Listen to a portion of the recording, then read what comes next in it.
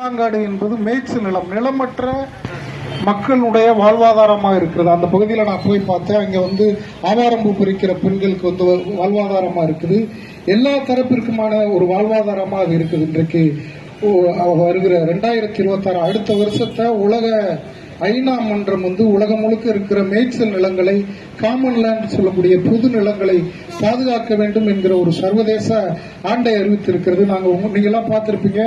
ராமநாதபுரம், சிவகங்கையில் இருக்கிற கீதாரிகள் உங்க ஊருக்கெல்லாம் கெடை போட வந்திருப்பாங்க. இந்த பக்கம் புலிக்குளம் மாடுகள் வச்சிருக்கிறவங்க கெடை போட வந்திருப்பாங்க.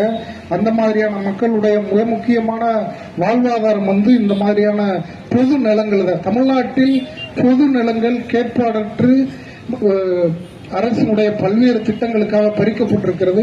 எஞ்சி இருக்கிற நிலங்களை எல்லாம் பாதுகாக்க வேண்டும் என்கிற நோக்கத்திற்காக நாங்கள் தமிழ்நாடு மேய்ச்சல் சமூக கூட்டமைப்பு என வனப்பகுதிகளில் மேய்ப்பதற்காகவும் பொது நிலங்களை பாதுகாப்பதற்காகவும் இது போன்ற காமன்